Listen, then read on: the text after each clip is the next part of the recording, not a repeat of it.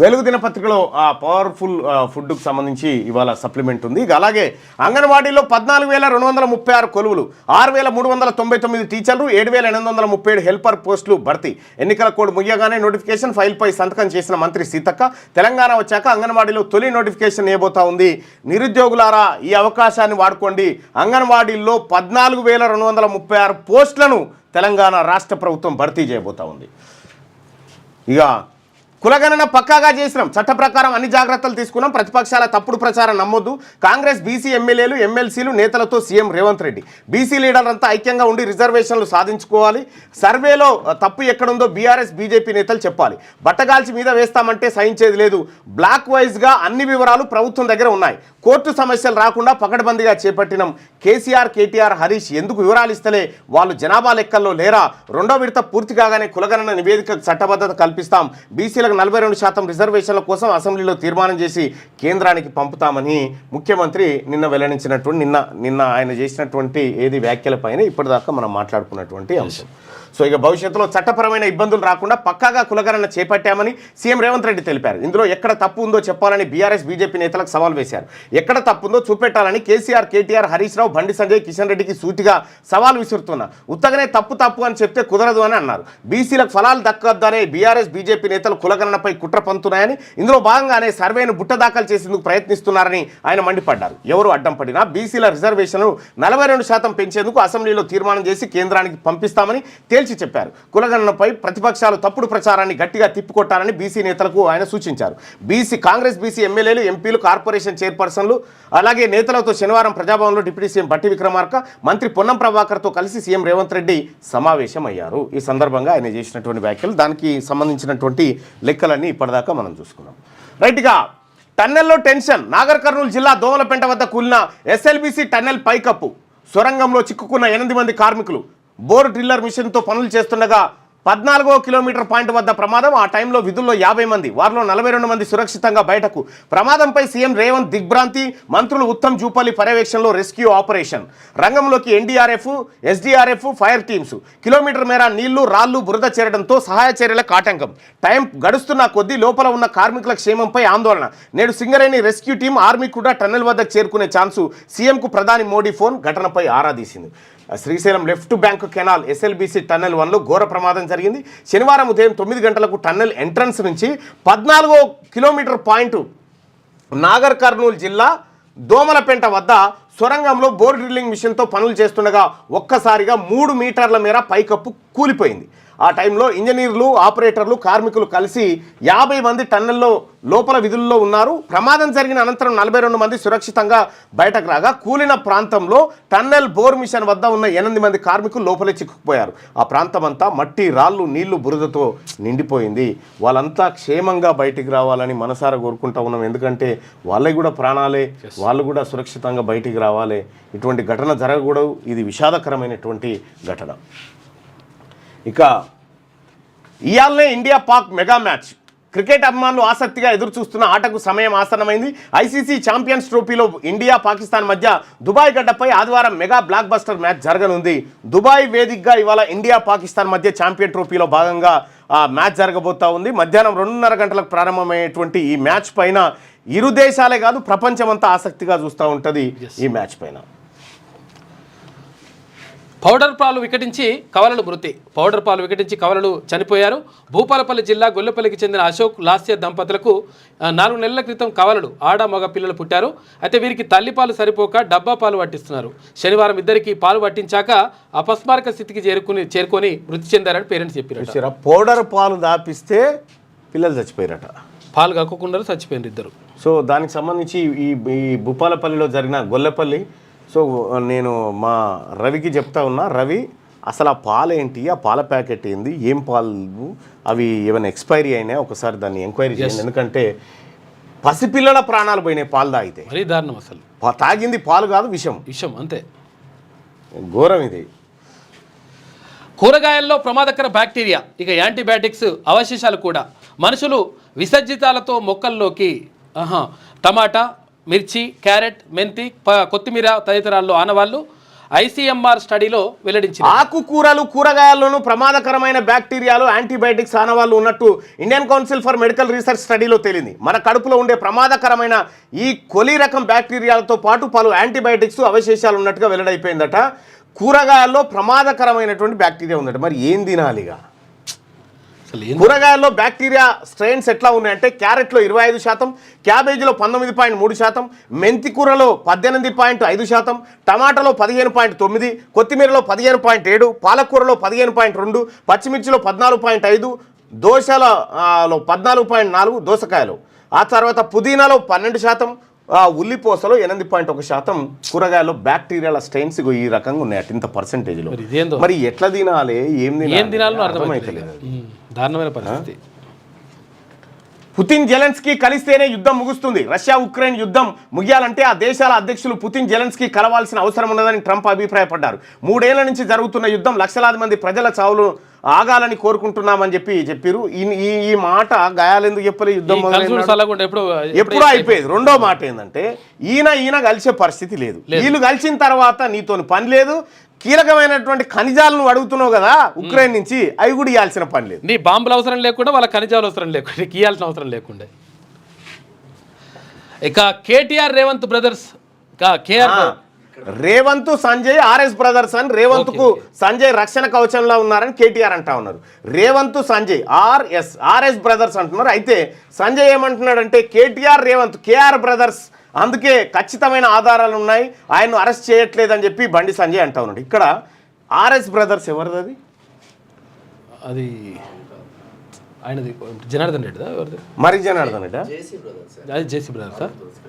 Okay okay, JC brothers south India ఇవి. Okay okay, మరి RS brothers అవును. RS brothers ఉన్నట్టు మరి Potti Rajamouli and Tiruvedula family RS brothers. అయితే ఏ బ్రదర్స్ ఎట్లా ఉన్నా కానీ రేవంత్ సంజయ్ RS బ్రదర్స్ అని కేటీఆర్ అంటే, కేటీఆర్ రేవంత్ KR బ్రదర్స్ అని చెప్పి సంజయ్ అంటున్నాడు.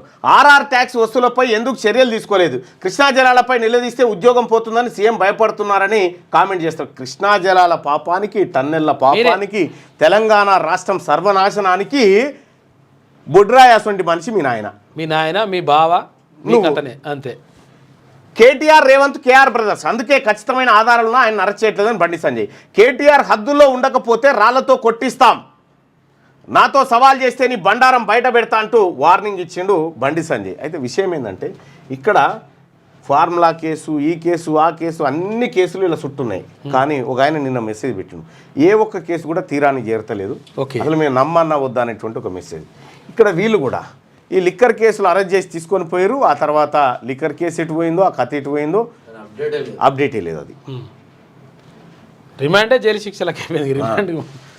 దేశవ్యాప్త కులగణనకు బీజేపీ ఒప్పుకుంటుంది. ఒప్పుకోకపోతే బీజేపీని 2 కాళ్ళు ఇట్లా తాడు గట్టి ఇలా కింద ఆరాడ తీస్తారు బీసీలు. బీసీ రిజర్వేషన్ల పెంపు బిల్లుకు సపోర్ట్ చేస్తుంది ఎంపీ కృష్ణయ్య. కేంద్ర మంత్రులు కిషన్ రెడ్డి, బండి సంజయ్ స్వయంగా చెప్పారు. లోకల్ బాడీలో పెంచిన బీసీ రిజర్వేషన్ల ప్రకారం ఎన్నికలు జరుగుతాయి. బీసీ రిజర్వేషన్ల పెంపుపై రాహుల్ రేవంత్కు చిత్తశుద్ధి ఉంది. V6 ఇంటర్వ్యూస్లో ఎవరు కృష్ణయ్య వెల్లడి. దేశవ్యాప్త కులగణనకు బీజేపీ ఒప్పుకుంటది, ఒప్పుకోకపోతే బీజేపీ నాశనం తప్పని పరిస్థితి. ఇది రాహుల్ గాంధీ గారు ఈ ప్రపంచానికి పరిచయం చేసిన వర్డ్. అది దీన్ని అధిగమించడానికి ఇంకొక అడుగు ముందు, ఇటీవల కాలంలో ఇంకొక అడుగు ముందుకేసి బీజేపీ వాళ్ళు ఏం చేస్తారంటే, అంటే ఈ కులగణన కాదు, ఏది ఇప్పుడు ఇది రిజర్వేషన్ ఉంది కదా, చట్టసభల్లో రిజర్వేషన్ తీసుకొచ్చే ప్రయత్నం కూడా చేస్తారనేది ఒకటి ఉన్నది. నిజంగా చేస్తే చాలా మంచి పరిణామం. కంటి పాపకు ఫోన్ ముప్పు, పిల్లల్లో పెరుగుతున్న కంటి సంబంధ సమస్యలు. 90,000 మందికి పైగా పిల్లలు ఐ ప్రాబ్లమ్స్తో బాధపడుతున్నట్టు RBSK సర్వేలో వెల్లడి. బోర్డుపై రాసిన అక్షరాలు కనిపించక ఇబ్బందులు, స్క్రీన్ టైం పెరగడమే కారణం అంటున్న డాక్టర్లు. పిల్లల్లో ఐ బ్లింకింగ్ రేట్ పెంచాలని సలహానట. నిత్యం ఫోన్కు అతుక్కుపోయే పిల్లల్లో కంటి సమస్యలు పెరుగుతున్నాయి. రాష్ట్రీయ బాల స్వాస్థ్య కార్యక్రమంలో భాగంగా ప్రభుత్వ పాఠశాలలో 2 దఫాలుగా నిర్వహించిన పరీక్షల్లో సుమారు 90,000 మంది పిల్లలు ఐ ప్రాబ్లమ్స్తో బాధపడుతున్నట్టు తేలింది. చాలామంది పిల్లలకు బోర్డుపై అక్షరాలు కనిపించక నోట్ చేసుకోలేకపోతున్నారని, పుస్తకాన్ని కళ్ళకు దగ్గరగా పెట్టుకుని చదువుతున్నారని గుర్తించారు. పిల్లలని దృష్టిలోపం వారి చదువులపై ప్రభావం చూపుతుంది. ఇక నేను పొద్దున్నే ఎప్పుడు 4:30కి నిద్రలేస్తా. నేను లేచి వార్మప్ చేద్దామని ఆ టీవీ ముంగట అది ఒక ఎక్సర్సైజ్ ఉంటుంది అక్కడ కూర్చున్నా. మా పాప లేచి వచ్చింది. ఓకే. ఎవరు? పెద్ద పాప. డాడీ నేను వస్తా అంటే నేను పక్క ఇట్లా చేయి బిడ్డ అని చూపిస్తుంటే పేపర్ చదువుతున్నా నేను టీవీ స్క్రీన్లో చదువుతుంటే ఇది వచ్చింది. కంటి పాపకు ఫోన్ ముప్పు అని నా బిడ్డకి చెప్తా ఉన్నా. ఫోన్ చూస్తే ఇక కళ్ళు పోతాయట చూడు అని చెప్పిన. అంటే ఇట్లా చూసింది అని ఇట్లా నలుసుకుంటుంది. అంటే ఈమె కూడా ఫోన్ చూస్తుంది. అవును. ఇప్పుడు చెప్పిన ఫోన్ కావాలంటే వద్దు, ఇప్పుడు ఫోన్ కావాలంటే వద్దు అంటుంది. పిల్లలు ఫోన్కు మస్తు అడిక్ట్ అయిపోయినారు. చాలా జాగ్రత్తగా చెప్పాలి. ఉన్నట్టుండి కోపం, సూసైడ్ ఆలోచనలు కూడా వస్తాయట. ఫోన్లతో పిల్లల్లో విపరీత ప్రవర్తన సెపియన్స్ ల్యాబ్ స్టడీలో వెళ్ళడట. ఉన్నట్టుండి కోపం వచ్చి సూసైడ్ అటెంప్ట్స్ కూడా చేస్తూ ఉంటారట ఈ ఫోన్లు చేయంగా పిల్లలు. ఇక పీఎం ప్రిన్సిపల్ సెక్రటరీగా శక్తికాంత దాస్, ప్రధాని నరేంద్ర మోడీ ప్రిన్సిపల్ సెక్రటరీగా ఆర్బీఐ మాజీ గవర్నర్ శక్తికాంత దాస్ నియమితులయ్యారు. ఈ మేర కేబినెట్ అపాయింట్మెంట్స్ కమిటీ శనివారం ఉత్తర్వులు జారీ చేసిందట. ఆర్బీఐ మాజీ గవర్నర్ను పీఎం సెక్రటరీగా పెట్టిన. ఇక ఆంధ్రజ్యోతి వివరాలు చూద్దాం. కులగణన తప్పెట్లా? ఏ ఇంట్లో తప్పు రాసుకొచ్చారో చూపండి. కేసీఆర్, కిషన్ రెడ్డిలకు సీఎం సవాల్. ఇక కులగణన వద్దంటూ నాపై ఎన్నో ఒత్తిళ్లు. పారదర్శకంగా కులగణన, మనం తేల్చిన లెక్క 100% పక్కా. సర్వేలో పాల్గొనకుండా ఫామ్ హౌస్లో ఉన్నోడు మంచోడైండు, నన్ను విలన్ చేశారు. చిన్న చిన్న తప్పులంటూ పార్టీ నేతలు మాట్లాడొద్దు. అయితే కులగణన డాక్యుమెంట్కు బీసీ నేతలు ఓనర్షిప్ తీసుకోవాలి. మార్చి 10లోగా కులాల వారీగా భేటీల్లో లెక్క పక్కా అని తీర్మానం చేయాలి. బీసీలకు ఇదే బైబిల్, భగవద్గీత. ఇది అజంప్షన్ అవుతుంది. మీరు ఒప్పించి, ఇప్పుడు మన పార్టీ కార్యకర్తలు మనది ఒప్పుకోకపోతే ఎవరు ఒప్పుకుంటారు? కానీ బయట ఉన్నటువంటి ఇంటెలెక్చువల్ బీసీ గ్రూప్ ఏదైతే ఉందో వాళ్ళని ఒప్పించే విధంగా ఈ సర్వే ఉండాలి. దానికోసం నిర్ణయాలు తీసుకుని పని మంచిది. మార్చి 10లోగా కులాల వారీగా భేటీలో లెక్క పక్కా అని తీర్మానం చేయాలి. లెక్క పక్కా అని ఎట్లా చేస్తాము? పక్కా అయితే చేస్తారు తీర్మానం. బీసీలకు ఇదే బైబిల్, భగవద్గీత, ఖురాన్. కాంగ్రెస్ బీసీ నేతలతో రేవంత్ రెడ్డి గారు నిన్న చెప్పినటువంటి మాట. కరెక్ట్గా చేస్తే అదే అవుతుంది.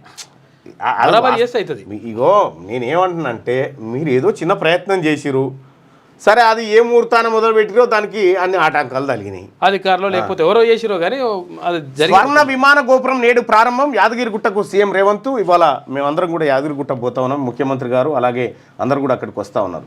ఇక 14,236 అంగన్వాడీ పోస్టుల భర్తీ. ఫైల్పై మంత్రి సీతక్క సంతకం. కోడి ముయ్యగానే నోటిఫికేషన్లు. ఇక టన్నెల్లో ప్రాణాలు. కూలిన ఎస్ఎల్బీసీ సొరంగం, చిక్కుకుపోయిన 8 మంది కార్మికులు, ఉద్యోగులు. టీబీఎం తవ్వకం జరుపుతుండగా కూలిన పైకప్పు. ప్రాణాలతో బయటపడ్డ 46 మంది సిబ్బంది. సొరంగంలోకి 8 మీటర్ల మేర చేరిన నీళ్లు, రాళ్లు. 124 మీటర్ల దూరం వరకు ఊడిపడిన పెచ్చులు. నాగర్ కర్నూలు జిల్లా దోమలపేంట సమీపంలో టన్నెల్ ఇంటెల్ వైపు ఇన్లెట్ వైపు 14వ కిలోమీటర్ వద్ద ఘటన. సహాయక చర్యలు ప్రారంభం. టన్నెల్లోకి ఆక్సిజన్ చిక్కుకున్న వారిని కాపాడాలని సీఎం రేవంత్ ఆదేశం. బాధిత కుటుంబాలకు అండగా ఉంటామని హామీ.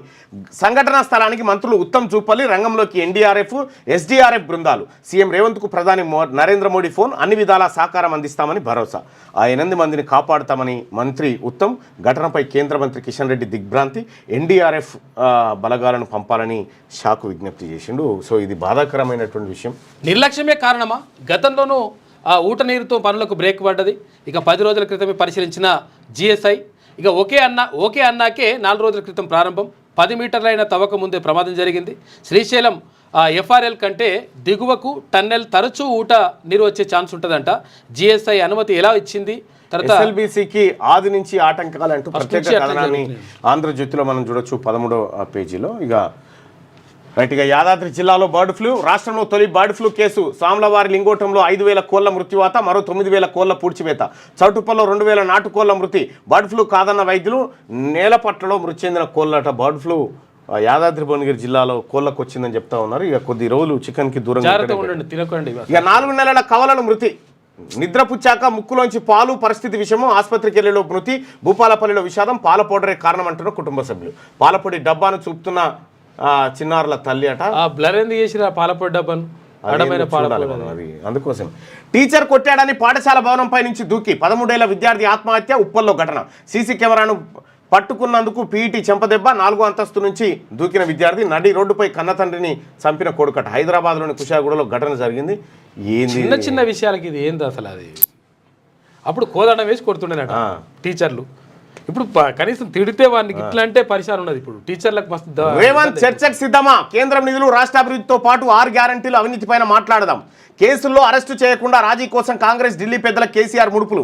5 మంత్రుల ఆధిపత్యం, 15% కమిషన్ లేనిదే నిధులు ఇవ్వడం లేదని చెప్పి బండి సంజయ్ ఆరోపణ ఉంటాయి. ఇక పట్టభద్రుల హోరాహోరీ సిట్టింగ్ స్థానాన్ని దక్కించుకోవాలని సర్వశక్తులు ఒడ్డుతున్న కాంగ్రెస్, ఎలాగైనా సత్తా చాటాలన్న పట్టుదలతో బీజేపీ, బీసీ నినాదంతో దూసుకెళ్తున్న బీఎస్పీ అభ్యర్థి త్రిముఖ పోరుగా మారడంతో సర్వత్రా ఉత్కంఠ. మరో 2 రోజుల్లో ముగియనున్న ప్రచారం.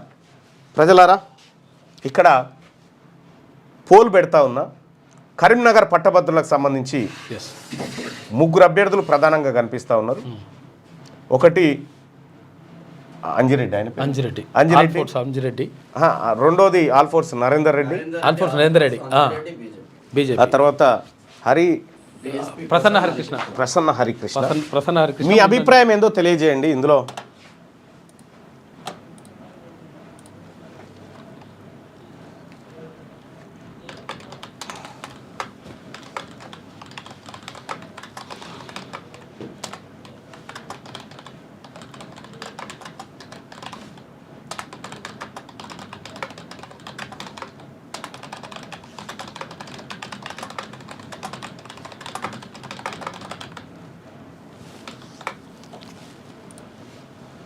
ఒకటి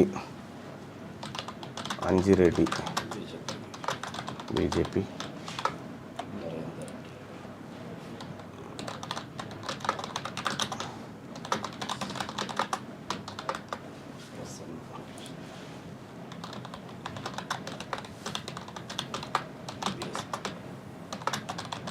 బీసీ.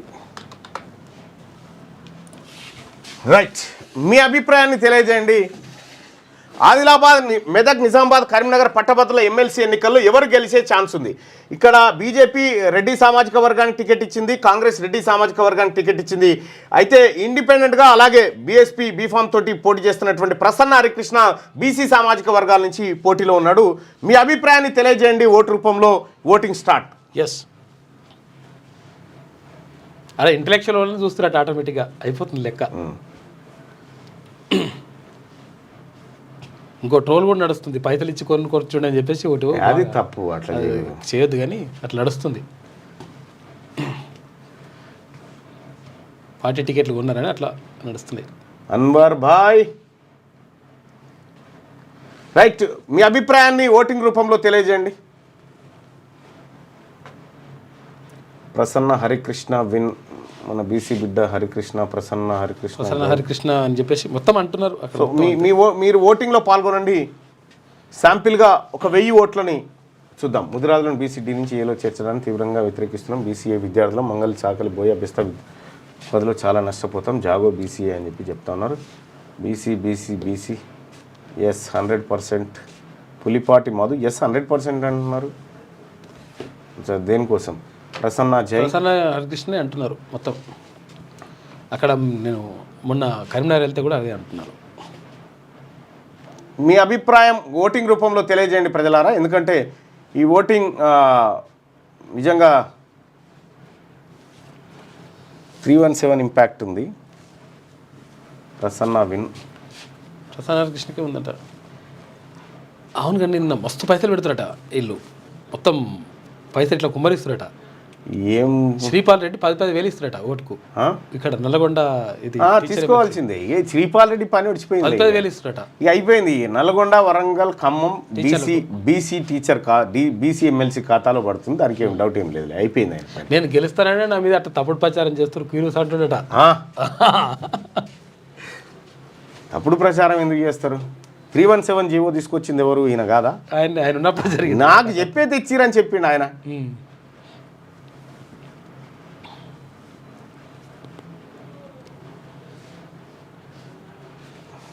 రైట్, 1000 ఓట్లను చూద్దాం. 1000 ఓట్లలో మన అభిప్రాయం చూద్దాం. నేను కాంగ్రెస్ పార్టీ నాయకుని కాబట్టి మా నాయకుడు గెలవాలన్న ఆశ నాకు ఉంటుంది కానీ ఆడ పరిస్థితి కానీ వాస్తవానికి ఇక్కడ పరిస్థితులు మాత్రం అట్లా కనిపించట్లేదు. సో పట్టభద్రుల ఆదిలాబాద్, మెదక్, నిజామాబాద్, కరీంనగర్ పట్టభద్రుల ఎమ్మెల్సీ ఎన్నికల్లో ఎవరు గెలిచే ఛాన్స్ ఉందంటే ప్రసన్న హరికృష్ణ గెలిచే ఛాన్స్ ఉందని చెప్పి 170% మంది అభిప్రాయపడతా ఉంటే, నరేందర్ రెడ్డి గెలిచే ఛాన్స్ ఉందని చెప్పి 17% మంది, అంజిరెడ్డి గెలిచే ఛాన్స్ ఉందని చెప్పి 13% మంది అభిప్రాయపడతా ఉన్నారు. అయితే ఇందులో పాల్గొన్న వాళ్ళు అందరూ ఓటర్లని నేను చెప్పడానికి కూడా లేదు. సో ఇక్కడ లైవ్ చూస్తున్నటువంటి వాళ్ళ అభిప్రాయమే 169% మంది ప్రసన్న హరికృష్ణ గెలిచేటువంటి ఛాన్స్ ఉందని చెప్తా ఉన్నారు. ఈ పోలు కంటిన్యూగా కొనసాగుతుంది. ఈ పోలింగ్ లో పాల్గొనవలసినటువంటి వాళ్ళు పాల్గొనాల్సిందిగా రిక్వెస్ట్ చేస్తా ఉన్నాం. ఇక హరికృష్ణకే ఉందంట అసలు యాక్చువల్గా నిజంగా కూడా ఇది పట్టభద్రులకు సంబంధించి రిపోర్ట్ తీసుకున్నా. వికటించిన వీధి నాటకం, జాతీయ స్థాయిలో ఎన్డీఏకు పోటీగా రూపుదిద్దుకున్న ఇండియా కూటమి ఉనికి ప్రశ్నార్థకంగా మారింది. ఇండియా కూటమిలో బలంగా కనిపించిన కేజ్రీవాల్ ఢిల్లీ ఎన్నికల్లో ఓటమి పాలనతో భారతీయ జనతా పార్టీని ఇప్పుడు ఢీకొనగల నాయకులు జాతీయ స్థాయిలో కొరవడ్డారు. పశ్చిమ బెంగాల్ ముఖ్యమంత్రి మమతా బెనర్జీ, తమిళనాడు ముఖ్యమంత్రి స్టాలిన్ తమ రాష్ట్రాల్లో బలంగా ఉన్నప్పటికీ జాతీయ స్థాయిలో ప్రభావం చూపగల నాయకులు కాదు. ఈ క్రమంలో ప్రధాని తదుపరి టార్గెట్ మమతా బెనర్జీ కావచ్చు. గతంలో భారతీయ జనతా పార్టీని మాత్రమే బలోపేతం చేయడానికి ప్రయత్నించిన ప్రధాని మోడీ ఇప్పుడు ఎన్డీఏను బలోపేతం చేయడంపై దృష్టి పెట్టారు. అయితే ఈ ప్రిడిక్షన్ తప్పు నా అంచనా ప్రకారం. అయితే అంటే భారతీయ జనతా పార్టీని ఇక్కడ హిమాచల్ ప్రదేశ్, మన ఢిల్లీ, ఈ ఫలితాల ద్వారా కాంగ్రెస్ పార్టీ ఏం ఎక్స్పెక్ట్ చేస్తుందో మీరు అర్థం చేసుకోండి. అంటే కాంగ్రెస్ పార్టీ వీళ్ళని రక్షించుడు కంటే కాంగ్రెస్ పార్టీని డెవలప్ చేయాలి. ఇప్పుడు పశ్చిమ బెంగాల్లో రాహుల్ గాంధీ గారు పాదయాత్ర పెట్టుకోండి. ఇప్పుడు ఎందుకు? అక్కడ ఉన్నటువంటి లోకల్ బాడీ అసెంబ్లీ ఎన్నికల సంబంధంలో పెట్టుకుండు. ఇప్పుడు మమత గారు సర్కారే ఉంది కదా, మరి అక్కడ పాదయాత్ర ఎందుకు పెట్టుకుండు? అంటే ఈ ప్రాంతీయ పార్టీలను రక్షించి భుజాల మీద మోసి కాయలు కాసి కాంగ్రెస్ పార్టీని డెవలప్ చేసుకునేటువంటి కార్యక్రమం జరుగుతూ ఉంది. సొంతంగా రావాలని ఆలోచన. రైట్గా సన్నాసులకు పాలన చేతనైతలేదు. లేడా మీ నాయన ఉన్నాడుగా గతంలో? నాయన ఏంది ఎవరిని అంటుండు మరి? ఏం పాడో మరి ఆయన వాళ్ళ నాయనే అంటున్నాను. ఏడాది పాలన అరే వేరేటోళ్ళని అంటున్నాడు. వాళ్ళ నాయన అన్నాడా? వాళ్ళ నాయన కాదే, ఎవరినన్నాడు? ఏడాది పాలనలో అన్ని రంగాలకు సాగు దెబ్బ, రాష్ట్ర ఆర్థిక ప్రగతిపై సీఎం చెప్పేవని అబద్ధాలే. రేవంత్ మూతి మీద కొట్టినట్టు బట్టి వాస్తవాలు చెప్పారు. కేసీఆర్ల రాష్ట్రాన్ని ఎవరు అభివృద్ధి చేయలేదు. ఎస్ కరెక్టే. ఎందుకంటే మామూలు అభివృద్ధి కాదు. చెట్ల మీద ఇస్తరాకులు కుట్టినట్టే అడవిలో తెలంగాణను క్యాన్సర్తో పోల్చిన దుర్మార్గుడు రేవంత్ గ్యారంటీలు అమలు చేసిన చోటే కాంగ్రెస్ పోటీ చేయాలి. రేవంత్ బండి ఒక్కటే మాట, ఇంద్రం మిల్లు ఉన్న కాడ కాంగ్రెస్ పార్టీ పోటీ చేస్తుంది, డబుల్ బెడ్రూమ్ ఉన్న కాడ మీరు పోటీ చేయాలి. అంతేందుకు ఈ పట్టభద్రులు ఎమ్మెల్సీ ఎన్నికలనే పోటీ చేస్తలేరు. మీరు లోకల్ బాడీ దాకా వస్తారా? కెటి రామారావు గారు లోకల్ బాడీ దాకా ఏమో అన్నట్టున్నది కథ. గీడ స్టాండింగ్ కౌన్సిల్ కి నామినేషన్ వేసి వాపస్ తీసుకురు. గీడ అదే కదే అన్నట్టు. రేవంత్, బండి సంజయ్, ఆర్ఎస్ బ్రదర్స్ రేవంత్ సర్కార్ను కాపాడుతున్న బీజేపీ అని కేటీఆర్ విలేకరుల సమావేశంలో కేటీఆర్. ఇప్పుడు రేవంత్ సర్కార్ను కాపాడుతున్న బీజేపీ అంటా ఉన్నారు. మీ నాయన్నేమో సుప్రీంకోర్టులో పార్టీ ఫిరాయింపులకు వ్యతిరేకంగా తీర్పు వస్తుంది, ఉప ఎన్నికలు వస్తాయని చెప్పి మీ నాయన ఏ ధైర్యంతో చెప్తుండొచ్చు? మరి ఇన్ఫర్మేషన్తో చెప్తున్నారు. నిన్న ఇంకొకటి విషయం, అసలు యాక్చువల్గా వీళ్ళు ఏం చేస్తున్నట్టు అసలు యాక్చువల్గా అది పట్టభద్రుల విషయంలో బీజేపీకి ఓట్లు వేయాలని చెప్పేసి ఈ పార్టీ నాయకుల్ని పంపించేసి చెప్తున్నారు. అలాంటి చెప్తున్నారంట. తర్వాత అదే మన టీచర్ ఎమ్మెల్సీకి సంబంధించి మల్క కుమరయ్య ఉన్నాడు కదా, ఆ విషయం చెప్తలేరట. ఇప్పుడు వీళ్ళ ఇంటెన్షన్ ఏందో వాళ్ళ కథ వాళ్ళది అర్థమైతేనే ఉంది. బీసీలు అంత పిచ్చోళ్ళు కాదే.